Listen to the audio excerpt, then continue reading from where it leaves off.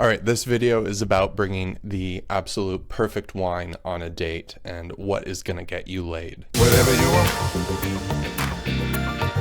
girl, you got it. There's a million wines out there, and if you're going on a date and you want to impress, you want to bring something interesting and classy, but also is going to be delicious and get you that just right kind of buzz where things are going to move, I have the perfect thing for you. You must tell me your secret. Picture this, you're going on your first real date. You are going to a nice spot and you want to pick out a bottle to bring that is going to get the job done. It's going to get you the right kind of drunk. It's going to show that you're a classy person with good taste. I've got the objective, correct answer in terms of what you need to bring. Tell us already! There's a million types of wine out there, and you want to pick something that's a crowd pleaser, that it's unlikely that they're going to have any beef with it, and something that shows off your great taste. Oh, Gaston, what taste you have. And yeah, for sure, everybody has different taste, and nobody likes everything, and for sure, this could be the wrong choice for your partner, but if they don't like this, they probably have something wrong with them, and you should run the other direction. Before I reveal what the best wine is to bring on a date, I'm going to talk a little bit about what the worst choices are to bring on a date. Okay, so you're not telling me. Great. First up of the wrong choices is the giant fruit-forward red. I'm talking Cali Cabs, I'm talking New World Bordeaux blends, Merlots, that kind of shit. While these choices can be super popular and a lot of people enjoy them, myself included, there's several reasons why you don't want to be bringing them on a date. These wines tend to be very extracted and higher alcohol. Maybe they have a bit of residual sugar on them, and just drinking more than a glass tends to make you not feel so hot. You can have one glass, sure, but if you're splitting a bottle and you're gonna have 2.5 glasses of that, you're probably gonna feel a little headachy, a little sluggish. It's definitely not gonna leave you with kind of that cleaner, fun, energetic drunk that you might be shooting for.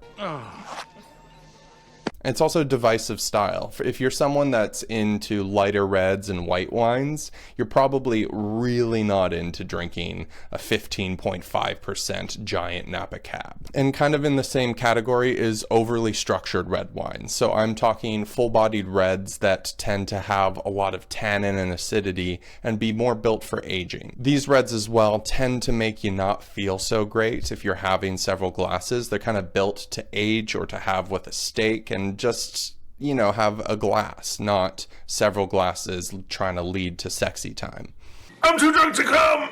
And also tannin is something that's pretty divisive. A lot of people don't understand what tannin is and can't appreciate a nice red wine that has a lot of structure to it. In this category, I'm talking about things like Barolo, Bordeaux, maybe certain Chiantis or Brunellos, things that typically are designed to be laid down and age a little bit. It's a bit of a different story if you're talking about an aged and matured version of these wines, but let's be honest, if you're drinking a mature Barolo on your first date, you're probably not watching my videos. I know if I'm having a couple glasses of a super structured red, even with dinner, I am usually pretty fucking sleepy and headachy and whatever afterwards. Not exactly ideal for sexy time. What time? Sexy time. Next up is the big buttery Chardonnays. Chardonnay, eh? You know what they say about Chardonnay? Listen, we all love a slutty, buttery Chardonnay every once in a while, but it's a pretty divisive style as well. There are definitely tons of people out there that don't enjoy all that oak influence, that don't like those buttered popcorn notes. It's also one of the most poorly emulated styles, meaning that there are tons of examples, if you don't know what you're looking for, that just blow. This tastes like shit! There's just lots of weird, funky, off, bitter, rubbery flavors in the bad ones, and there's lots of people using like oak powder to flavor wines like that, just trying to emulate the actual good ones. Next style to avoid is sweet whites. First reason is hangover central. If you're gonna crush a bottle of Moscato and you're not keeping track of how much water you're drinking, you are gonna feel garbage later on. If you don't know what you're doing and you're picking something that perhaps is not balanced in its sweetness, something that is low in acidity, like a weird New World Pinot Gris with lots of residual sugar, they can get super sickly and cloying, and you're just gonna get that sticky mouth thing with it, which is just not sexy at all. It's just a divisive style in general, and there are plenty of people who feel very opinionated about only drinking dry white wines or red wines, and it's just best to avoid. Okay, if you say so.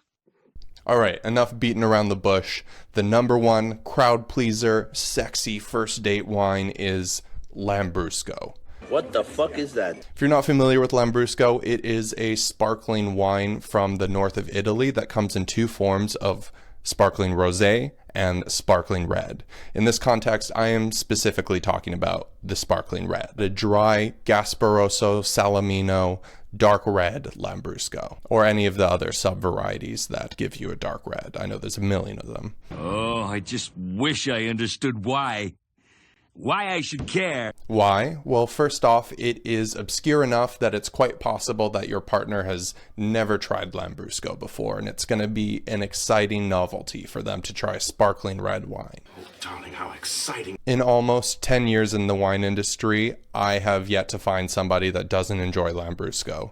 It is just such an approachable style. It's so hard to fuck up. There are very few Lambruscos I've had where I've been like, I won't drink this, and those were only ones that were absurdly sweet. And why exactly is it so approachable? Well, it kind of covers a lot of bases. It's got the richness and familiar character for red wine drinkers, it's got the freshness and vibrancy for white wine drinkers, and it's got just a lovely little effervescence to it. Come on. No, you come on! Another point is that it pairs with literally fucking everything. It is the miracle pairing wine. Because of its sparkling nature, because of the weight it carries from having some extraction from the skins of grapes, it can go with meat if it needs to. It goes with red sauces. It's perfectly fine with more delicate white sauces. It can go with poultry. It can go with fish.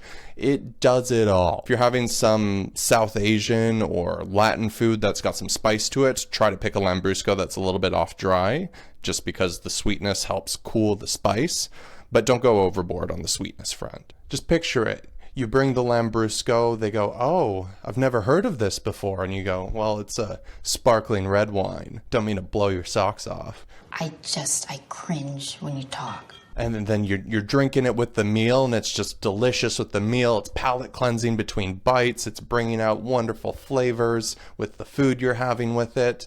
And then afterwards, you feel great. You don't feel like you're totally bogged down by drinking half a bottle of a giant Napa Cab.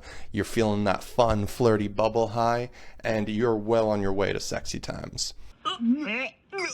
And the best part of it all is Lambrusco is not expensive. You can get an excellent, top-tier, Impress Somms across the world example of Lambrusco for like $35. Come on.